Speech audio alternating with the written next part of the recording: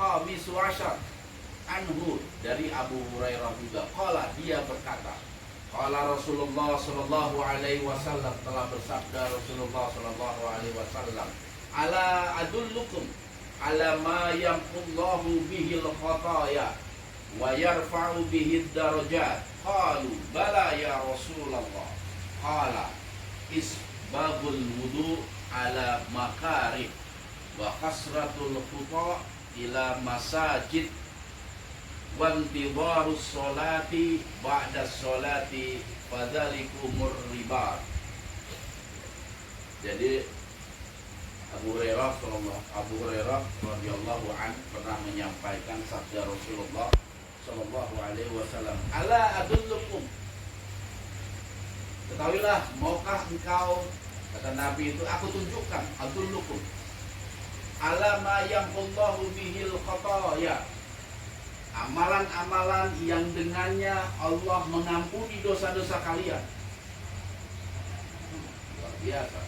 Wa yarfa'u bihi darajat, yang dengan amalan itu Allah akan mengangkat. Bala ya Rasulullah, mau benar ya Rasul. Jika Nabi bersabda di hadapan sahabat, mau nggak aku tunjukkan satu amalan, yang mana amalan itu kalau engkau kerjakan membuat dosa-dosamu Allah ampuni. Selain itu Allah akan mengangkat derajat. Apa kata Nabi? Isbahul wudu ala makari, perbaiki atau perbaguslah kalian dalam berwudu. Itu luar biasa. Ala makari, terhadap apa-apa yang dimakruhkan atau dibenci. Jadi di sini mengandung anjuran bahwasanya kita tetap harus memperbagus wudu di saat-saat yang kita memang nggak senang untuk melakukan wudu itu. Kalau sholat mah udah secara otomatis, karena dia syarat sahnya sholat adalah berwudu. Tetapi ada tempat-tempat yang kita nggak suka kalau kita berwudu. Ya, ada nggak tempat-tempat yang kita nggak suka kalau kita melakukan wudu pada saat itu? Kapan ini? Terutama besok nanti di Gunung Somek. Pada saat ini luar biasa. Siapa yang pengen wudu? Tidak ada.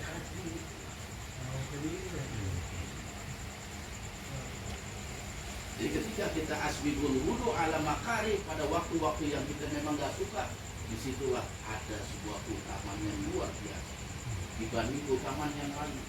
Kalau yang lain, hadis-hadis yang sebelumnya itu hanya Allah mengampuni dosa, tapi dalam hadis ini Allah mengangkat derajat. Makanya di suatu di tempat yang dingin itu untuk melaksanakan sholat subuh berat. Dulu itu pernah itu di mana yang dingin itu, waktu di Garut itu, di Curug apa gitu, sampai tangan itu saking dinginnya nggak berasa. Patung kis di apa yang di Garut tuh, dinginnya luar biasa, berasa tangan. Lagi besok hujan yang cerah. Ya. Karena kemarin di Galunggung itu nggak terlalu. Ini, itu yang pertama. Yang kedua, waktu ilal masajid, memperbanyak melangkahkan kaki ke masjid. Karena tiap kaki melangkah menuju masjid berkumpullah dosa. Dan Allah pasti mengangkat derajat orang yang rajin ke masjid.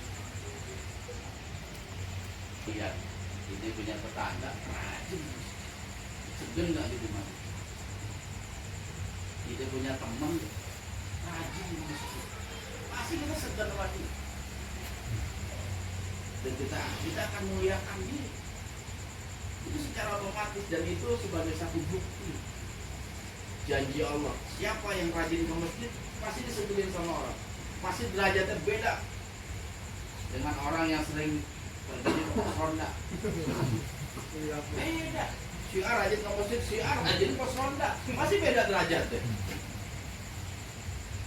Itu salah satu keutamaan orang-orang yang kasratul khuthah, yang banyak melangkahkan kaki ke masjid. Dan yang ketiga, wantizaru sholat ba'da sholat, orang yang menunggu waktu, yang telah sholat dan menunggu waktu sholat, terutama antara maghrib dengan isya. Bahkan ada satu keutamaan yang siapa saja, kata Nabi itu, yang tidak pindah duduk dari sejak dia melaksanakan sholat maghrib sampai dia isya, itu Allah mengampuni dosa-dosa. Jadi kita habis sholat maghrib, kita duduk, kita zikir, baca Quran, kita nggak pindah tempat. Artinya apa? Kita nggak keluar dulu, ngopi dulu segelas, merokok dulu sebatang, tapi kita tetap duduk di situ sambil nunggu azan isya. Ada keutamaan. Fadzalikumur ribat, dan itulah yang dimaksud dengan ribat. Ribat itu ikatan. Ribat. Sesuatu, zalikumur ribat, itulah yang dimaksud dengan ribat. Ikatan seseorang yang dengannya Allah jauhi dari kemaksiatan. Kita tahu semua, salah satu manfaat kita sholat apa? Inna sholata tanha anil fahsya wal munkar. Nah, sholat apa yang bisa mencegah kita dari perbuatan keji dan munkar? Ketiga hal ini, ribat ini. Yang pertama, wudhu kita harus bagus. Yang kedua, kita sering melangkah masjid. Sholat di masjid, selalu sholat jamaah. Dan yang kedua adalah menunggu. Dan artinya apa? Kita konsisten 5 waktu kita lakukan. Itulah yang disebut ribat. Ribat itu ikatan yang mengikat atau yang menjaga seseorang dari perbuatan keji dan munkar. Jadi kadang suka nanya, itu si A sholat penjamil katanya sholat itu mencegah dari perbuatan keji dan munkar. Kenapa dia masih bisa melakukan seperti itu? Karena dia nggak ada ribat ini. Sholatnya kadang cuma sekedar hiasan aja, nggak sampai menyentuh ke dalam sanubari. Kemudian hadis yang ke-16, hadisu asyar an Abi Musa al-Ash'ari radhiyallahu anhu qala qala Rasulullah sallallahu alaihi wasallam man shallal bardaini dakhala jannah, muttafaqun alaih. Jadi kata Abu Musa al-Ash'ari radhiyallahu anhu, dia berkata, telah bersabda Rasulullah sallallahu alaihi wasallam, man shalla bardaini dakhala jannah, barang siapa yang sholat 2 waktu yang sangat dingin, dakhala jannah, Allah akan masukkan dia ke dalam surga. Barang siapa yang sholat dalam keadaan dingin, di sini disebut bardaini, 2 waktu yang dingin. Nah, ulama ada yang menafsirkan bardani itu adalah subuh dan asar. Gitu. 2 waktu sholat yang sangat dingin, ini ngikutin apa namanya, iklim di sana, subuh dan juga asar. Maka apa? Dakhala jannah, Allah akan memasukkan ke dalam surga.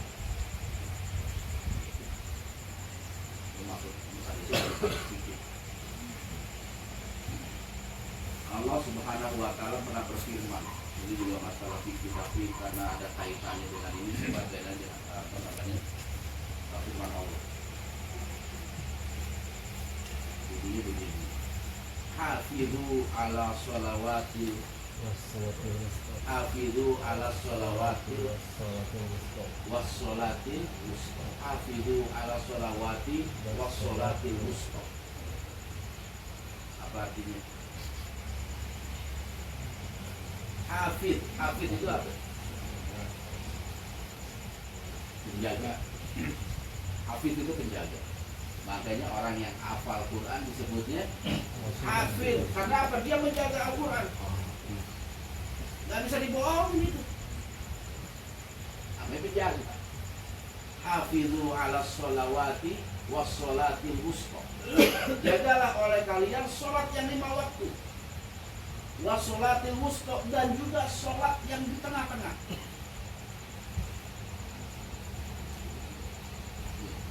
Itu firman Allah. Jadi kita diharuskan menjaga sholat 5 waktu dan juga sholat yang di tengah-tengah. Sholat apa yang di tengah-tengah itu?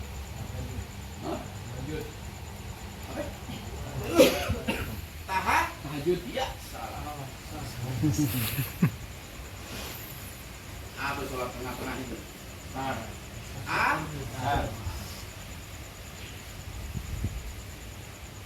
Jadi disuruh jaga sholat 5 waktu, diantaranya ada asar. Tapi ada khususnya wassolatil wusta. Juga sholat yang ada di tengah. Ulama-ulama tafsir sepakat yang dimana sholat di tengah itu adalah asar. Asar harus lebih kita jaga.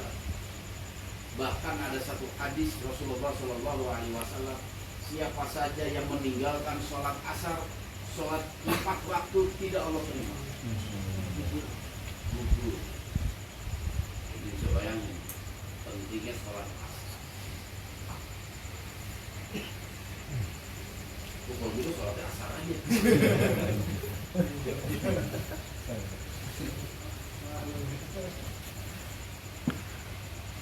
Dan sekarang kita lihat betapa sulitnya orang-orang yang di jalan melaksanakan sholat asar.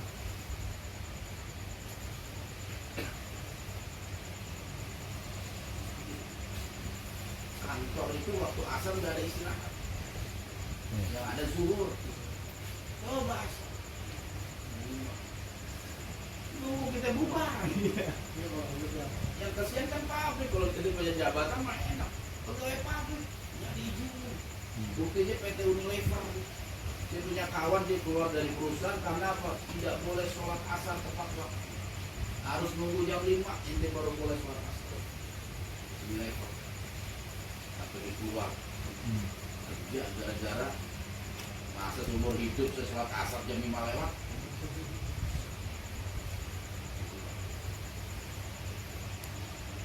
Nah ini kita harus jaga. Termasuk sholat bardaini. Man sholal bardaini dakhalal jannah, muttafaqun alaih. Barang siapa yang melaksanakan sholat yang dingin, maka Allah memasukkan ke dalam surga, yaitu sholat subuh dan juga asar. Oke, hadis selanjutnya, hadis ke-17 dari Abu Musa al-Ash'ari. Qala Rasulullah sallallahu alaihi wasallam, telah bersabda Rasulullah sallallahu alaihi wasallam, idza maridul abdu aw safara kutiba lahu mislu ma kana ya'malu muqiman sahihan. Jadi kata Rasulullah sallallahu alaihi wasallam, ini hadis riwayat Imam Bukhari, idza maradul abdu, barang siapa seseorang sakit, idza apabila seseorang sakit, au safara, atau dalam keadaan safar, artinya dia musafir, kutiba lahu, Allah catat baginya misla ma kana ya'malu muqiman, Allah akan catat baginya seperti ketika dia tidak dalam keadaan musafir, yaitu mukim. Sahihan, atau ketika dia dalam keadaan sehat. Ini luar biasa. Tadi riwayat Imam Bukhari. Ente ketika sehat, rajin lupa ngaji dia. Pada subuh, pada maghrib, tiba-tiba nih Allah tetap catat kebiasaan-kebiasaan baik kita ketika kita sehat. Allah tetap catat. Kutiba kata Allah, tetap dicatat. Ente sehat, rajin sedekah. Ketika sakit, kita nggak berdaya, taruhlah penyakit-penyakit yang nggak berdaya, lumpuh, stroke, koma, Allah tetap catat. kebaikan-kebaikan. Atau ketika kita dalam keadaan safar. Tentu kalau kita dalam keadaan safar, kita tidak dalam kondisi yang santai. Ada pekerjaan yang harus kita selesaikan. Makanya Allah Subhanahu wa Ta'ala memberikan rukhsah bagi siapa saja yang melakukan safar, terutama sholatnya bisa jamak ataupun qasar, atau keduanya jamak qasar. Tetap Allah akan catat kebaikan-kebaikan yang biasa dia lakukan ketika mukim atau ketika dia dalam keadaan sehat. Ketika kita sehat, rajin ngaji ke rumah sihab. Tiba-tiba minggu ini nggak datang karena sakit meriah. Allah tahu. Dia sebagai seseorang yang mengikuti majlis. Asal sakitnya benar. Jangan sakit-sakitan, pura-pura sakit. Sakitan. Itulah salah satu keutamaan dan rahmatnya Allah luar biasa. Memberikan kesempatan kepada kita untuk banyak mendapatkan pahala. Makanya gemarkan kita untuk selalu berbuat baik, baik di dalam keadaan mukim. Mukim itu artinya dalam keadaan lapang, maupun di dalam keadaan sakit.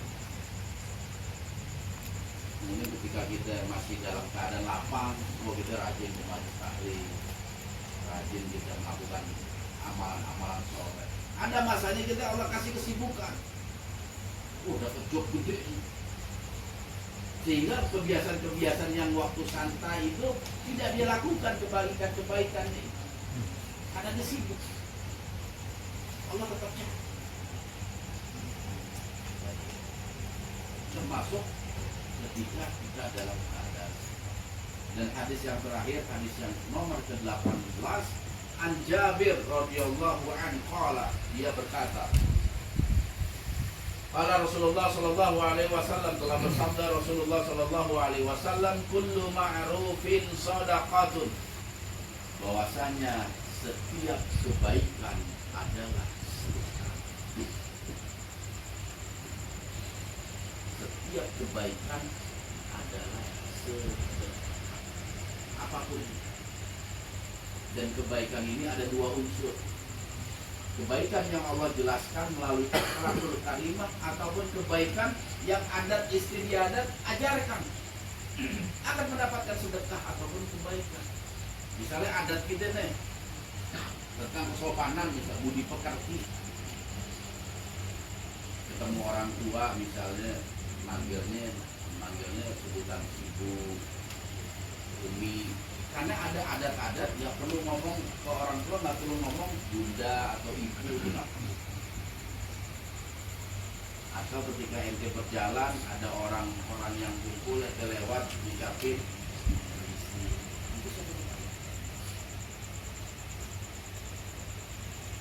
itu sedekah.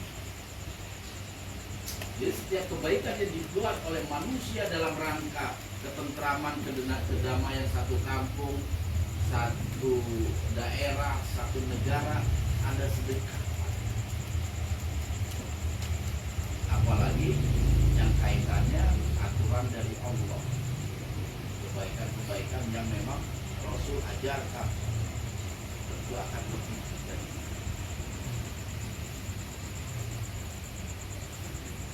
Baiklah sahabat-sahabatku, mungkin itu saja yang dapat saya sampaikan. Insya Allah nanti kita lanjutkan lagi di hadis ke-19.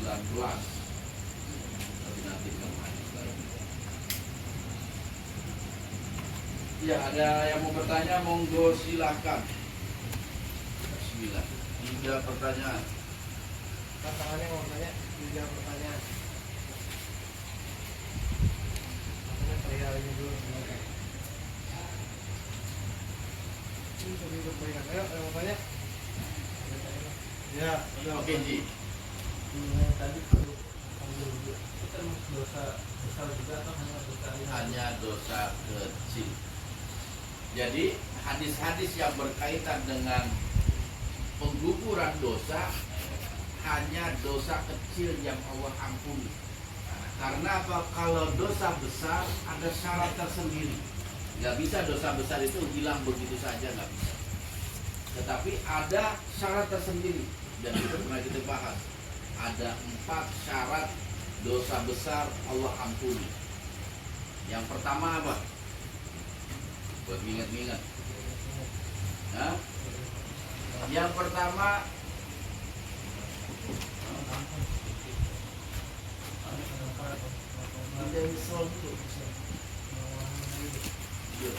kita menyesali telah melakukan dosa itu. Yang kedua, kita mohon ampun terhadap dosa itu. Yang ketiga, kita janji tidak mau ngelakuin dosa itu. Dan yang keempat, kita harus ikuti perbuatan dosa dengan kebaikan. Kalau 4 ini kita lakukan, insya Allah Allah akan ampuni. Masya Allah. Nyam, nyam, nyam, nyam. Dan ditunggu-tunggu ada. Sehat, Riz? Sehat, ya? Satu. Ada pertanyaan lagi? Wah, Oke, yang paling belakang. terkait sholat Pak, sholat subuh ya. Kalau misalkan ketiduran yang kesiangan kan, kira-kira bangun jam 6 atau setengah 7, itu baiknya kita langsung qadha atau langsung sholat aja atau gimana? Pertama, kalau ente memang tidak terbangun di waktu subuh, maka ente lakukan sholat di saat ente bangun. Tapi ingat, kalau ente bangun di jam setengah 7, jam 6 lah gitu, ente harus nunggu sampai matahari betul-betul terbit, yaitu kurang lebih jam setengah 7. Setengah 7 baru ente ambil air wudhu, ente sholat subuh. Ya. Sama juga sholat-sholat yang lain juga sama. Misalnya ente tidur jam 11, tiba-tiba bangun jam 4, nggak dengar suara azan zuhur. Nah, ente langsung begitu bangun, ambil air wudhu, sholat zuhur dulu. Habis sholat zuhur baru sholat asar. Selanjutnya, terakhir. Oke. Kang Wawan. Siapa? Oh, Edi. Terima kasih. Siap. Oke. Assalamualaikum warahmatullahi wabarakatuh. Waalaikumsalam warahmatullahi wabarakatuh. Saya mau izin bertanya Pak mengenai tentang bab berwudu. Bab wudhu. Oke. Di sini apa menerangkan tentang wudu. Begitu pentingnya wudu ya Pak. Ya, betul. Dibandingkan dengan agama-agama lain, kalau saat kita sedang bersolat saja kita diwajibkan untuk berwudu. Betul. Jadi yang saya tanyakan di sini, apa hikmah dibalik keutamaan wudu itu Pak? Jadi hikmahnya. Sampai begitu pentingnya wudu. Jadi sebenarnya wudhu itu Cukup nggak kita dengan hanya mandi, itu kan udah bersih tuh Pak.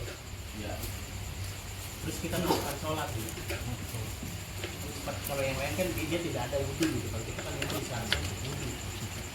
Hikmah wudhu itu utamanya apa Bang? keutamaan ya. Siap. Kalau keutamaan wudhu berdasarkan dalil memang seperti tadi. Tapi kenapa Islam itu menekankan benar sehingga kita ketahui banyak sekali keutamaan-keutamaan dalam berwudhu. Yang pertama memang Islam itu sangat mencintai kebersihan. Ini zaman sekarang aja banyak orang-orang barat non-muslim yang jarang mandi. Coba sekali-kali ente iseng-iseng main ke Eropa, main ke Amerika, aja. Iseng tuh ya. Banyak yang nggak mandi. Apalagi kalau ente baca sejarah zaman dulu. Contohnya Prancis zaman dulu, Pangeran Louis itu dia bisa 3 bulan nggak nyentuh air, dan dia selalu membasahi dengan minyak wangi. Jadi ada pernah baca satu sejarah tentang kebersihan dunia. Itu Eropa baru mengenal mandi ketika masuknya ajaran Islam ke Andalusia. Bahkan ajaran Kristen itu banyak melarang seseorang mandi. Tetapi alhamdulillah kita punya Tuhan Zat yang maha indah. Allahu jamil yuhibbul jamal. Allah itu indah dan menyukai keindahan. Bahkan dalam ajaran kita kebersihan sebagian daripada iman. Dulu Eropa tahun-tahun 90, 80, 90 nggak mengenal yang namanya cebok pakai air. Jadi pakai tisu, pakai bahan-bahan lain. Jadi bisa pakai air gitu. Kotornya kayak gimana sih? Luar biasa. Apalagi kalau itu pergi ke negeri Cina, itu luar biasa. Jadi betapa Islam itu mengajarkan kepada kita kebersihan. Ingat, kebersihan yang Islam ajarkan itu bukan sekedar kebersihan fisik, tetapi juga kebersihan batin.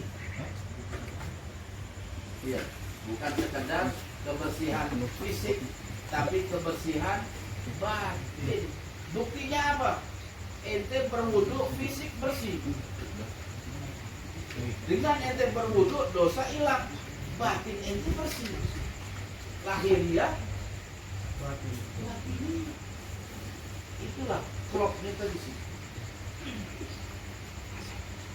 Makanya wajah umat Islam yang rajin kena wudu itu pasti beda dengan orang-orang yang tidak pernah kena wudu. Itu pasti beda. Jadi sampai akhirnya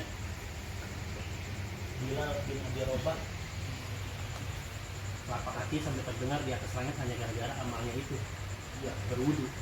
Utama kaki itu apa gitu sampai begitu besar gitu, sampai begitu mulia gitu, terompah ya ya. Kalau Anda pengen tahu nih, ini kan ajaran wudu ini Allah ajarkan di abad ke-6, akhirnya Rasulullah SAW melahirkan Islam. Kalau kita baca sejarah pada zaman itu, orang banyak yang tidak peduli dengan kebersihan. Makanya Islam sangat mengajukan memotivasi umatnya untuk selalu bersih. Makanya banyak hadis-hadis seperti ini, jaga wudhu. Bahkan Nabi mencontohkan nggak pernah ada satu masa Nabi tidak dalam keadaan suci. Dia batal, dia langsung wudhu lagi, dibasuh lagi muka. Bahkan sampai pentingnya wudhu, ketika kita menemukan air, cari debu. Tayamum itu menunjukkan betapa pentingnya kebersihan. Apalagi ente mandi kalau mau sholat. Jadi kita nggak dilarang. Bah, kalau kita mau sholat, sholat lagi mandi dilarang nggak? Boleh, nggak ada yang larang. Asal wudu. Hah? Asal wudu. Asal wudu. Salat juga wudu. Ini ya. Iya, jadi Islam itu sangat mengedepankan kebersihan. Yang kalau kita lihat ajaran lain, sejarah lain, itu banyak yang kotor.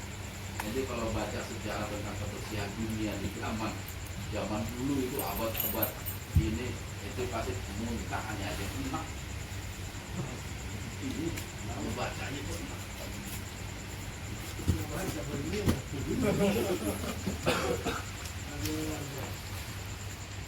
Sampai Raja Louis apa itu dia berapa bulan rambut itu nggak pernah kena air.